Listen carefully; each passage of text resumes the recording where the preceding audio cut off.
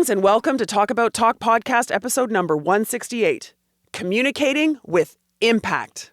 My name is Dr. Andrea Wojnicki, and I'm your executive communication coach. Please call me Andrea. I'm so glad you're here. We're counting down the top 10 most downloaded episodes of the 160 Talk About Talk episodes to date. Over the last 7 weeks, we've covered the topics of controlling your narrative, communication skills for job seekers, speaking up in meetings, the power of personal branding, the currency of gratitude, communicating with precision, and last week, it was self-awareness. This week, we have the topic of communicating with impact. This is another one of those episodes where people who have booked a 20-minute consult with me and who've been listening to the podcast tell me that this particular episode was a game changer for them. Our guest expert, Jennifer Lee, Senior Partner and Vice-Chairwoman at Deloitte, is super smart and focused on creating impact. She's also very, very generous with her insights, as you'll see.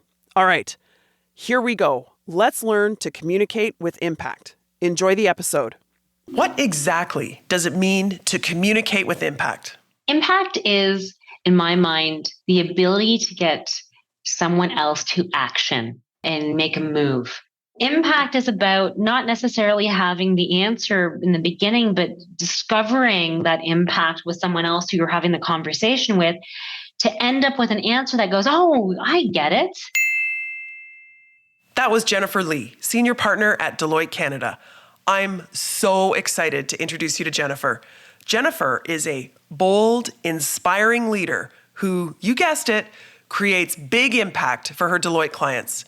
In fact, creating impact is Jennifer's superpower. That's why I asked her to have this conversation. Get ready to be inspired. Let's do this. Let's talk about talk. Greetings and welcome to Talk About Talk episode number 112, where we're focusing on how to communicate with impact. Let me ask you something. Do you communicate with impact? Do you have any strategies that you use to increase the impact of your communication and your work? These are questions worth asking. In this episode, you're going to learn the mindsets that Jennifer employs so that she and her teams can maximize impact for their clients. She also recommends 3 specific communication tactics that we can all use to elevate our impact. Let me introduce myself. My name is Dr. Andrea Wojnicki. Please call me Andrea. I'm the founder of Talk About Talk, and I'm your executive communication coach. Are you an ambitious executive? Do you have a growth mindset? Are you ready for a career boost? Well, then you're in the right place. At Talk About Talk, we focus on communication skills topics like confidence, storytelling, and personal branding. If you check out the talkabouttalk.com website, you'll find tons of resources to help you, including an online course on personal branding, as well as one-on-one and group coaching, corporate workshops, the archive of this bi-weekly podcast, and the weekly communication coaching newsletter. Please go sign up for that newsletter if you haven't already. One other thing for you. Coming up quickly, in November 2022, we're running a job seekers boot camp. If you're ready for a change, this 1-month boot camp will give you a huge advantage in the job market. Together with my friend, executive recruiter Sharon Ma-Jin, we'll teach you critical networking strategies, we'll guide you on how to confidently articulate your unique personal brand, and we'll work with you to optimize your LinkedIn profile. If that sounds like something you might need, or if you know someone else who could use this guidance in terms of their own job search, just check out talkabouttalk.com and you'll find all the information there. Okay, on to communicating with impact. Let's get into this. I'm going to introduce Jennifer Lee, and then we'll get right into the interview. Then, at the end, I'll summarize the key learnings for you. So as always, you do not need to take notes, because I do that for you. People tell me they love this. So you can just keep doing whatever you're doing. What are you doing while you're listening? I'm always curious. Whether you're doing housework or working in your kitchen, or maybe you're going for a walk, or maybe you're driving in your car, or maybe you're lying on the couch. Whatever you're doing, you don't need to stop to take notes because I do that for you. At the end of the episode, I provide my summary of some of the most important points from our conversation.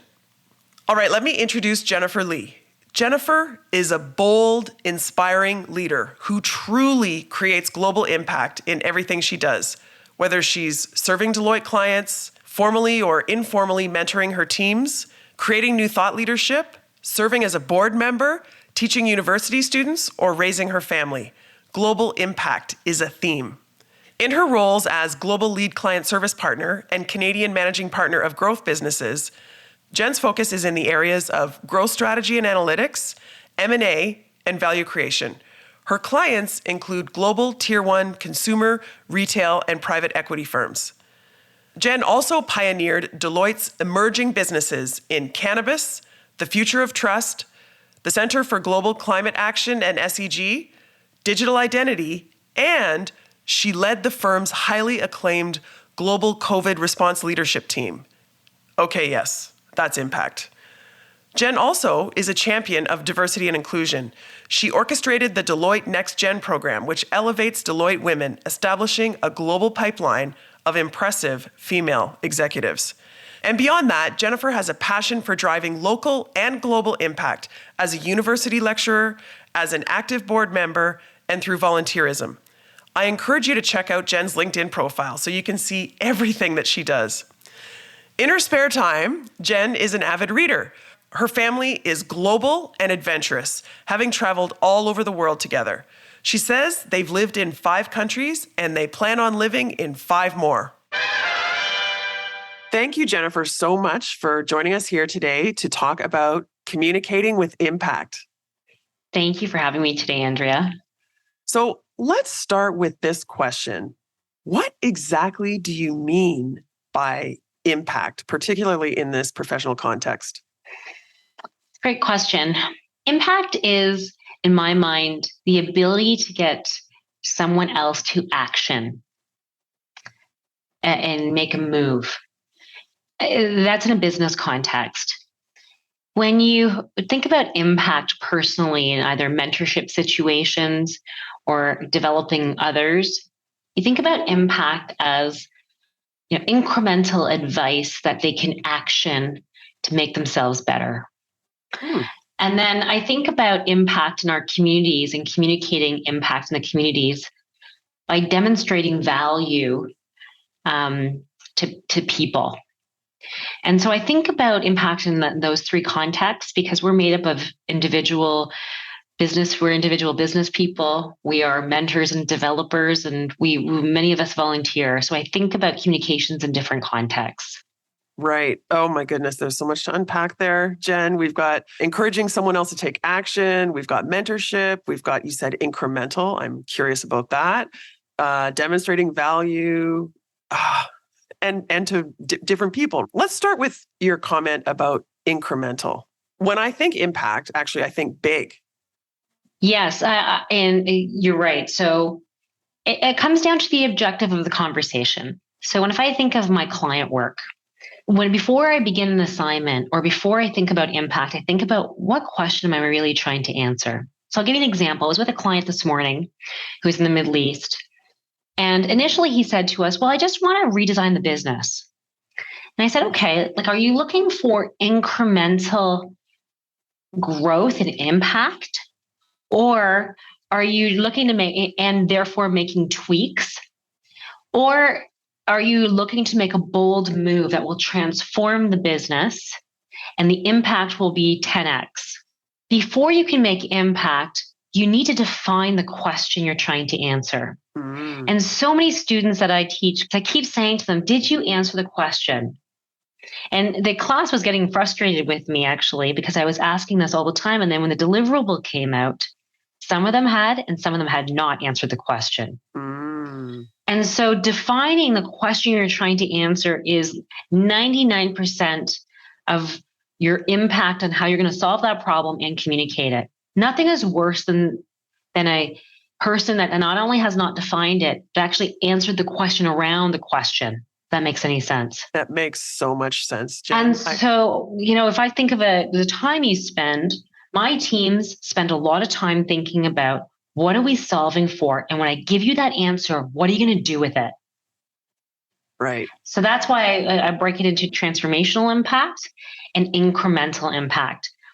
And so my hope is that every time a client speaks to me, I think about, is this a conversation around transformative impact or incremental?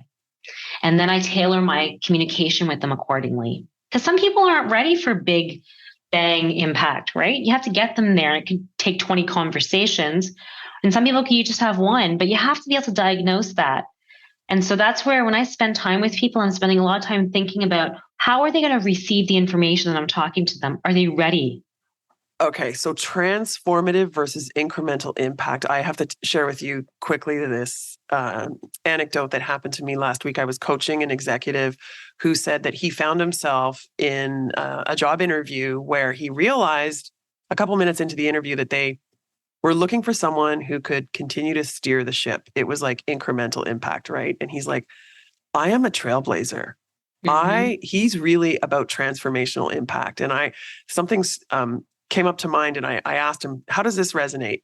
If you're looking at a SWOT analysis, strengths, weaknesses, opportunities, and threats, you're all about the opportunities and going hard.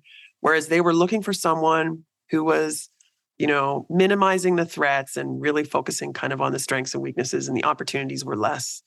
Does that resonate a little bit with 100%, what you mean? 100%. Okay. So to take that example to even my client example I gave, so this is our third conversation with the client. When he first talked to us, he talked to us about incremental impact.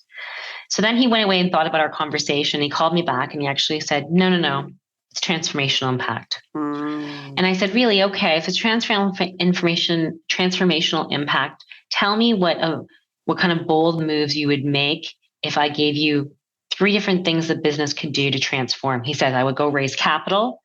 I would go and I would redesign the organization. And he said, then I would actually go bring another partner in to co-invest with us. So I said, okay. So therefore, what are we trying to solve for? In this case, it was a consumer business. And we said, the question for the strategy work is, what are the big, bold opportunities in the marketplace that this client could position itself for? And so I don't think people spend enough time thinking about that, because you have to come from a place of curiosity first versus coming with the answer. And I think, in my view at least, being in professional services, we're used to rampaging into a room and giving the answer. And I'm really trying myself to take it more as walking into a room and being curious. Oh my goodness, Jen. Those are different ways to, run a meeting. Yeah. So for me as a coach, I used to think that the best thing to do, whether I was coaching in a workshop or one-on-one coaching, that I would, enter into these meetings and generously share as much as I can to help the audience or the person, right? And then I realized actually asking them questions. So this is your point about curiosity and establishing the goal or the objective. So asking the person, what the topic is, what questions do you have? Like, give them to me and let's talk about this. I love that point. So it helps, obviously, whether you're talking to your students at Rotman or your clients or your direct reports, to set objectives, to understand what the question is, right? And you're also therefore then preparing them for being as bold as they need to be in actually creating whatever the change is, right? Yeah, and I would say, the second bucket that I gave you was, mentorship and development for impact. The way in which you do that, in my opinion, is if I can help craft the question and spend time with the team on the question, they need to go away and create the answer. Right. Therefore, that leaves them with leadership opportunities. It gives them time in front of senior executives. They are able to stretch themselves, and it'll give them the experience they need, and they can stumble and learn. Because whenever we get stuck or whenever there's a problem, we go back to the question we're trying to answer. And so that is the way in which I've redesigned even how I lead, because then the team's well equipped to go away and problem solve. If you walk into the room and tell them the answer and be like, go build the deck or go build the analysis, then what happens is if they find something that goes against what I said, that's really tough for them to think through, how am I going to challenge Jen versus Go away and think about it and come back to me with 3 different ways we can answer this question. Mm-hmm. Mm-hmm. Okay. So when I was preparing for this interview, specifically this topic of communicating with impact, I was thinking, is there a checklist of things that will improve my chances of creating impact? And so you've just listed a big one, well, a couple of big ones, right? There's being curious yourself, and there's also kind of scoping what the magnitude of the transformation or the impact can be. And then I was thinking there's probably other things too, right? There is. And so if I think about how you introduce yourself in your teams, this is where a lot of it goes sideways, in my opinion. Mm. So when I go to introduce my team, sometimes it's actually more powerful if I introduce them quickly in the room than they go then introduce themselves. So for example, if you and I were in a meeting, I would say, Client X, I'd like to introduce you to Andrea. The 2 things I think you need to know about Andrea and why she's here today is she has a PhD from Harvard in personal branding. And the second is she coached some of the very senior executives in the marketplace. That perspective I thought was really important to have in this meeting. And that's why I brought her here today.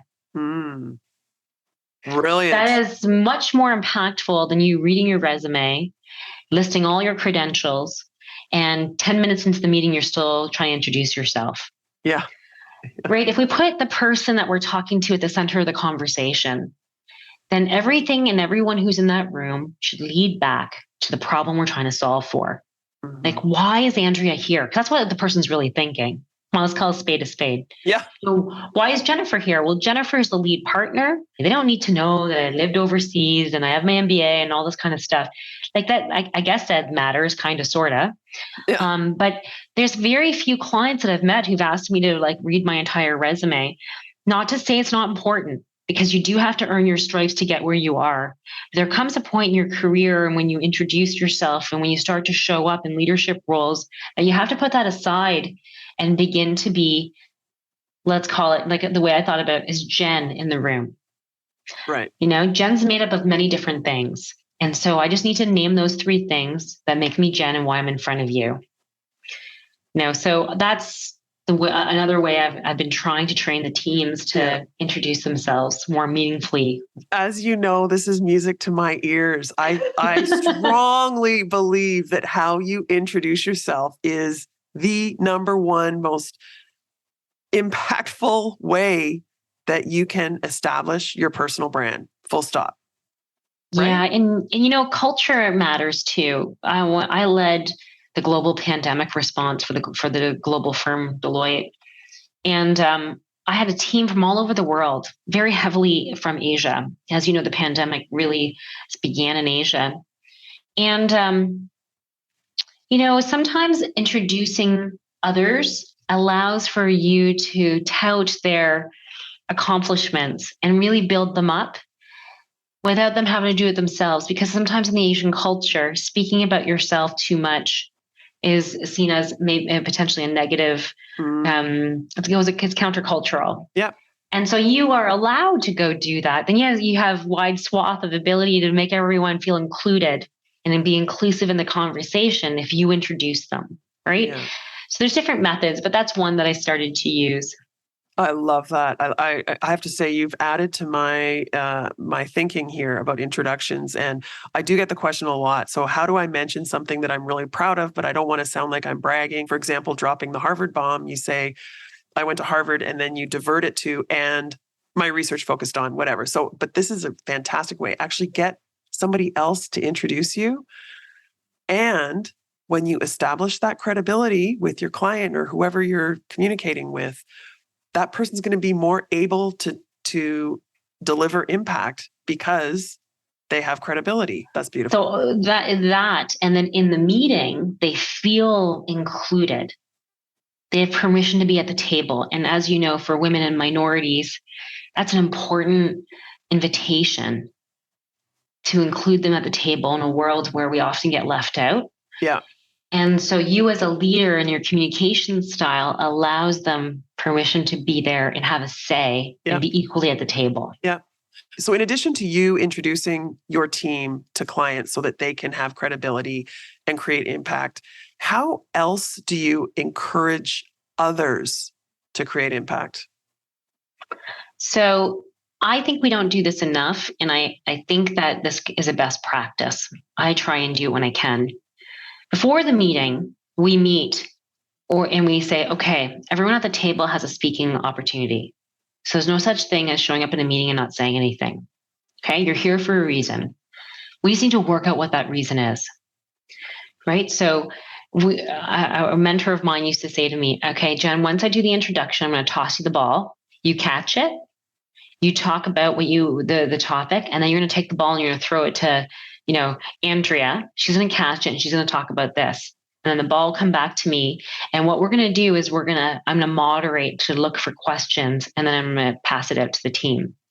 So that was one thing after the introductions. So we worked out how we do the introductions. The second is how we catch the ball together to be inclusive of the team members. Mm-hmm. So everyone gets a say. And then the final piece is that we actually turn to people on the team and say, we have 5 minutes left in the meeting. I just want to pause for a second because I know we've talked about a lot. And let's go around the room and just make sure that we've captured everything. So why don't we start on my left side and let's just go around the room really quickly. Anything we're missing.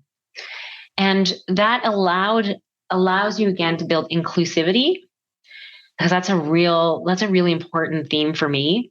And second, to make sure we don't miss anything. Mm-hmm. And everyone gets a chance to talk. Mm-hmm. And it allows for cultural differences in the room.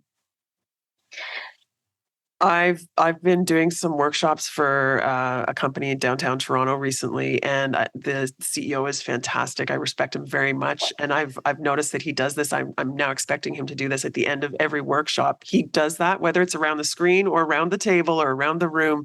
He says, "I want everyone to identify, what their biggest learning was from this workshop." And I think that taking your cue, you could do that in any meeting. It doesn't have to be a training workshop, right? And you could say, what is the most impactful thing we've learned here today? Or what is, the big learning for you that we need we can leverage here? However you word it, depending on the context. I think that's absolutely brilliant.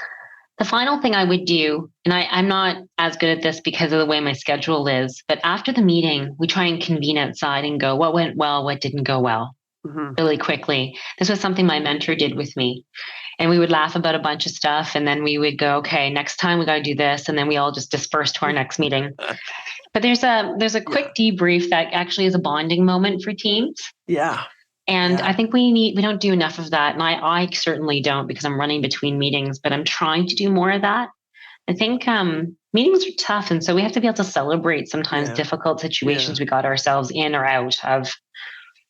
I have to say, Jen, you sound like such a fantastic manager.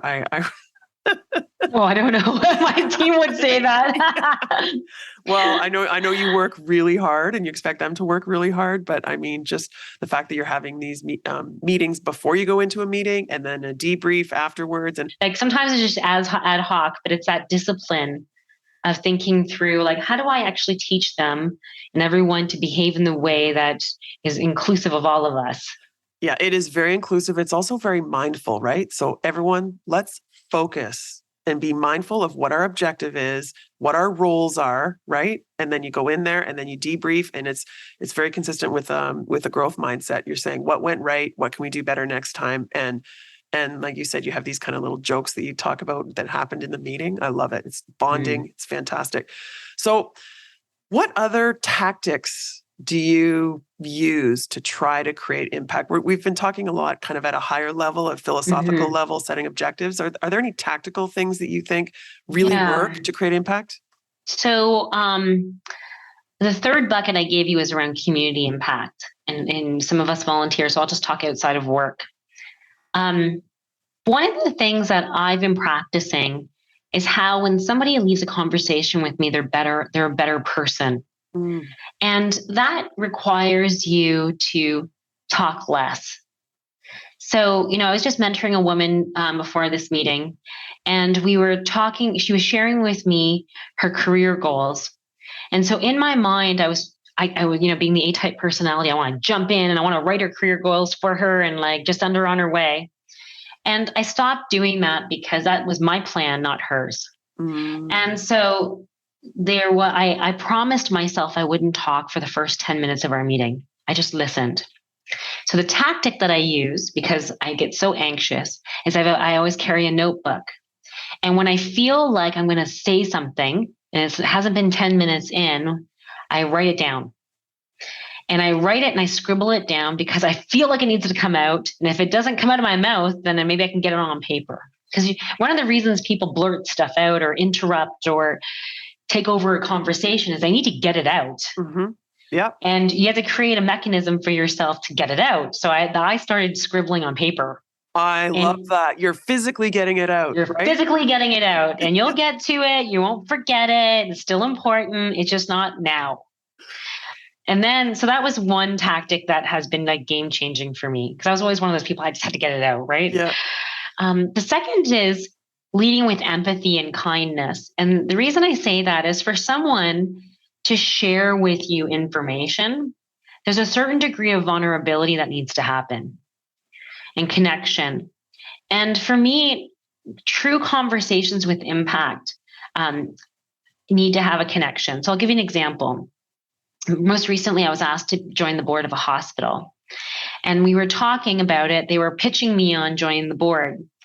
And I just kept on saying, I don't know if I should join a board. And like, it's obviously a prestigious role, but where can I actually have impact?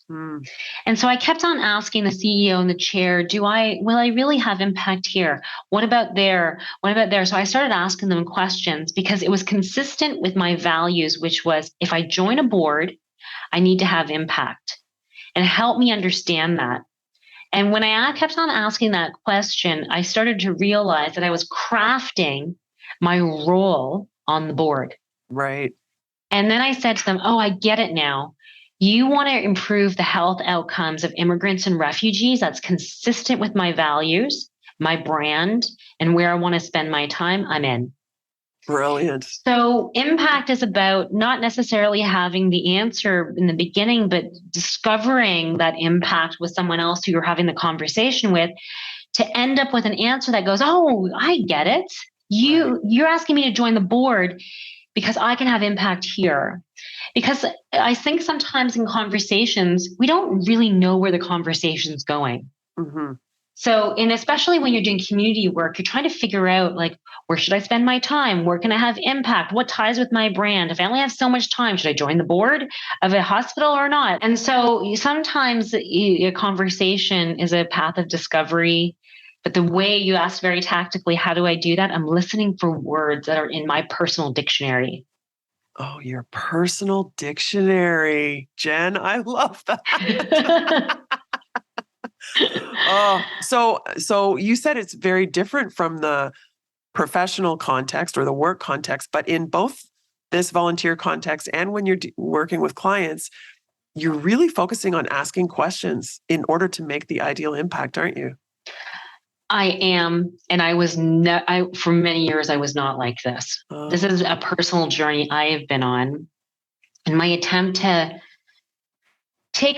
be a leader at a different level. And I really credit my executive coach. She spent the time with me on this, but we went through a long journey, in my attempt to be vulnerable here, from my identity being where I work, how much I make, and my credentials from school, my education, to being one of who I am, what I believe, and where I'm going to spend my time against those values. And so if someone was to meet me on the street, I would not be introducing myself as Jennifer Lee. I'm a senior partner at Deloitte.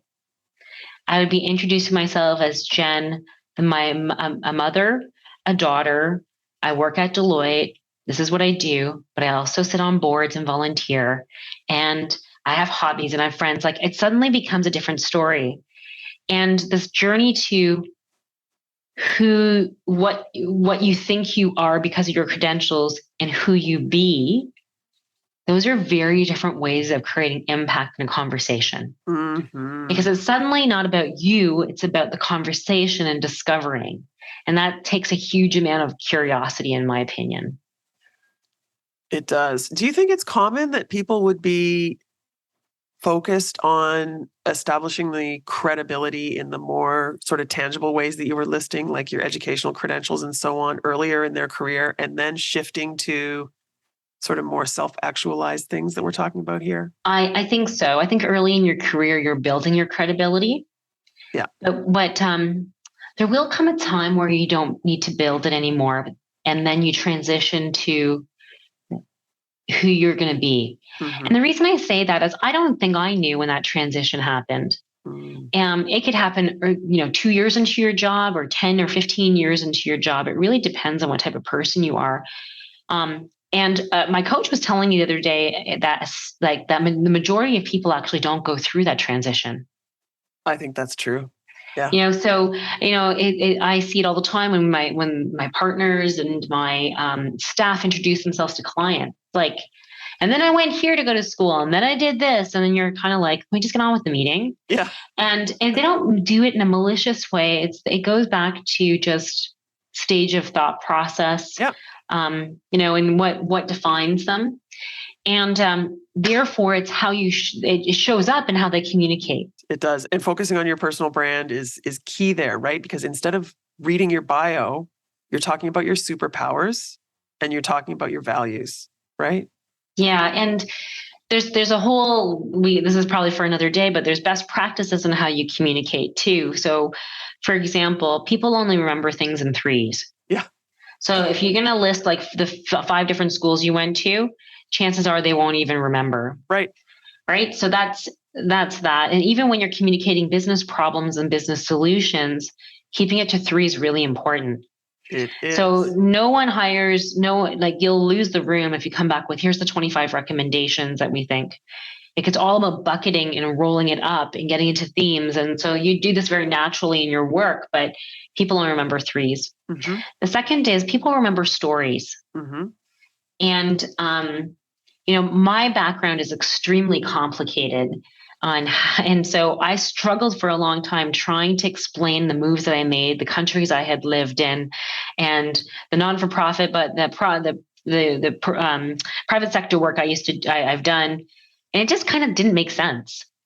And slowly I had to spend time thinking about what's the story that and the general theme and the thread that I pull throughout my career. And so I had to get really granular in that. And so I would recommend that your listeners start to think about that thread. It's important because it also guides your decisions. Of course. Yeah. And then the final thing is when you present material, a cadence of how it gets managed is really important. I've now gotten into this cadence. It all depends on the personality of the person you're talking to. But I'll give you an example. I have a client that is in Deloitte's words, we call them pioneer integrator. So they're hard drivers, right? And then there's a bit of how do I make sure that people understand this? That's the personality of this particular client. High IQ, very low EQ. Mm. So when I was sitting and thinking about them, I was like, okay, how's this going to work? Because we're like completely different personalities. And this goes back to communicating with impact. So I said, okay, we are going to, given his personalities, we're going to send pre-reads. Okay, day before. So he has time to read it. When we get into the meeting, I'm going to ask him a question. Let's just call him, Sam for now. Sam, great to see you, looking well, like a little bit of small talk. We have 30 minutes today, so it looks like we have 27 minutes left. I have 3 things on the agenda. Is there anything that you'd like to add to the agenda? So he'll say, yeah, actually I do. I want to talk to you about something. That's a problem here. I said, okay, great. Why don't we talk about your piece first? We get through that, and then I can take you through the other pieces because we sent you the pre-read. And he's like, I've read it all. Exactly, Brilliant. Right? And then you say, okay, I have 2 minutes left in the meeting. Let's just talk about what's the right next steps for remediation given what we talked about and et cetera. So you've got to get good at managing time. Yes. Because as people get more senior, a meeting can't run over. Right. It's too hard. So we got very good at sort of orchestrating meetings. Orchestration of meetings is really important. Understanding who the audience is. In some cases, I have clients who are what I call guardian integrators. You can't keep them on track for anything to save their life, right? Yeah. So pre-reads, they'll never read it. Get into a meeting, they want the meeting to be 45 minutes when you only booked 30. So you have to find ways to manage them. That's also communicating for impact. It is. And knowing who your audience is. That would be the third thing I'd recommend your listeners really pay attention to. So we've got the power of 3, we've got telling a story, and I would say cadence. You use the word cadence, but kind of customizing the flow of the formal communication that you have. Yeah, or I would say I'd even change it to respecting the audience, because it takes a huge degree of respect to tailor something for someone. Yeah, I agree. And this all goes back to listening and asking questions, right? And being open. Yeah. Is there anything else you want to add about communicating with impact before we move to the 5 rapid fire questions? Well, maybe one thing I'd say. My hope is that for your listeners, that being authentic, which is a highly overused word, but being yourself and finding your own methods that work is really important. I could give you my examples, but really at the end of the day, you got to find what works for you so that you feel true to yourself. I watch it too much where people try to behave like others, and it just doesn't fit. I agree 100%. Fantastic. Okay, you ready for the 5 rapid fire questions? Let's do it. Question number 1, what are your pet peeves? Being interrupted by men. I was going to say, I'm going to be careful not to interrupt. Okay. Yeah, mansplaining. Being mansplained to drives me up bananas. Yeah. Okay, question number 2, what type of learner are you? I learn in patterns, which drives my teams crazy.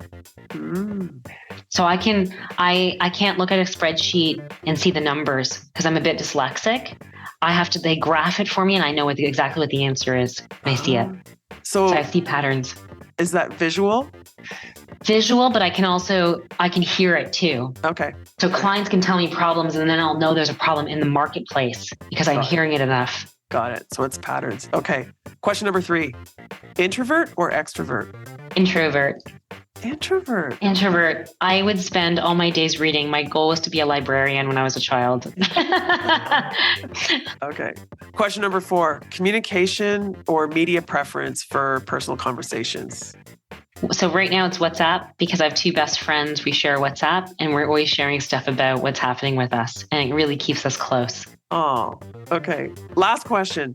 Is there a podcast or a blog or an email newsletter that you find yourself recommending a lot lately? I'm a New York Times addict. Me too.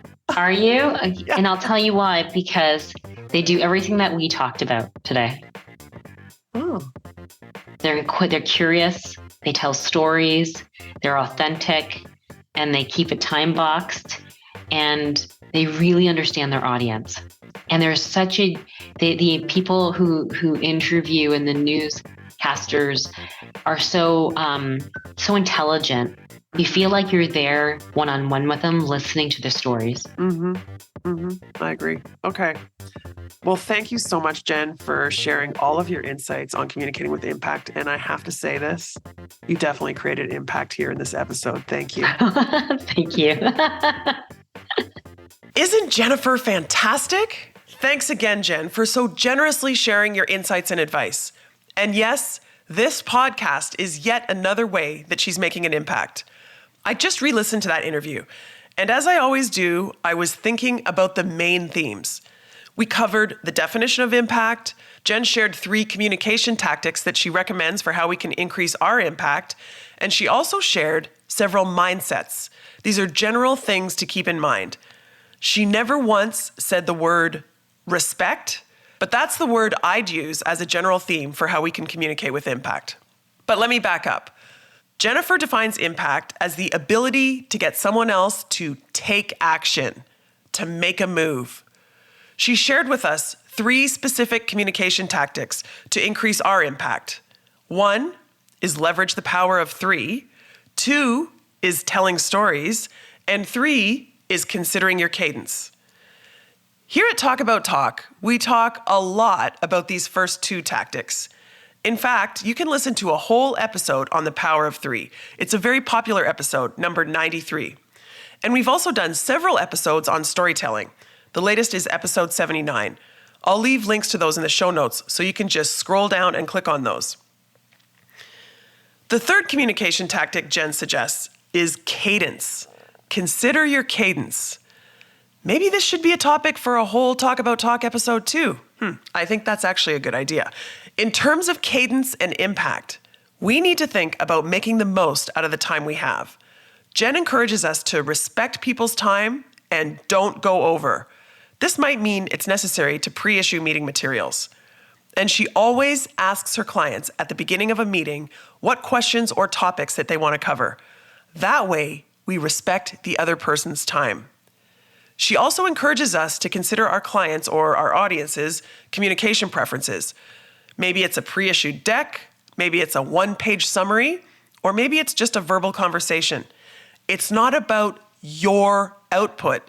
It's about their absorption of the material in the time that you have with them. Remember, back to the beginning, communicating with impact means encouraging someone else to take action. So those are the three tactics. Leverage the power of three, tell stories, and consider your cadence. Now the big meta theme, respect. As I said, Jen didn't mention this word even once, but when I made a list of her main insights, they all focus on this factor of respect. Respect as in curiosity. Instead of assuming that you have the answers, ask questions. As Jen encourages us, be curious. Let them talk. Respect your client, respect your audience, and give them airtime. There's also respect as in not interrupting. I love Jennifer's point about carrying a notebook so she can get her thoughts down. Not just because she doesn't want to forget her epiphanies, but also because she doesn't want to interrupt. As Jen says, sometimes she just feels like her words and ideas need to come out. That happens to all of us, right? And for her, writing them down gets rid of that urge. This is a fantastic suggestion. Resist the urge to interrupt by writing your thoughts down. So we've got respect as in curiosity and respect as in not interrupting. There's also respect as in leading with empathy and kindness. This seems like an obvious one, but it's not as common as we'd hope. Empathy means considering the other person's perspective. Say you're leading a client presentation. Ask yourself, what is the client thinking about? What are their questions? You're more likely to make an impact, to encourage them to take action if you're empathetic. And last, there's respect as in clarifying the value of each person in the meeting. This is a great insight. It's about establishing credibility. As Jennifer says, why is Andrea here? Why is Jennifer here? That's what the other person's really thinking. Let's call a spade a spade. It's not that we explicitly say, Andrea's here today so she can coach us on our confidence, but rather, more implicitly, the points that we make when we introduce ourselves or introduce someone else should focus on answering the question, why are they here? And I loved our discussion about how the way we introduce ourselves probably evolves over time as we mature and gain confidence. Less experienced folks might focus on establishing credibility in more tangible ways, like highlighting their educational credentials. But then, as we mature and gain experience, we shift to emphasizing higher level expertise or values. Less focus on what's your degree and more on skills and what kind of person you are. In Jennifer's case, that person is a bold, inspiring leader who creates impact. Thank you so much, Jennifer, for generously sharing your thoughts with all of us. Now, I encourage you to follow Jennifer Lee on LinkedIn. You'll see she has an A+ LinkedIn profile that effectively communicates her personal brand. And yes, she is very impressive. If you could use some help with your LinkedIn profile, and particularly if you're on the job market or you're considering a change, I encourage you to register for the Talk About Talk 1-month Job Seekers Bootcamp. It's coming up fast this November. You'll be coached by executive recruiter Sharon Majin and myself on the strategic principles of networking.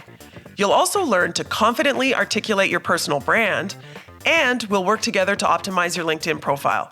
If you go to talkabouttalk.com, you'll find all the information there. I really hope to see you at the Job Seekers Bootcamp in November. One other thing. While you're on the Talk About Talk website, you'll see a button that says, record your question for Andrea. Do you have communication skills questions? Maybe something about confidence or personal branding or storytelling or formal presentation skills? Now's your chance to ask me directly. You might even hear your voice and my answer to your question in an upcoming episode. I'd love to hear from you. Please bring it on.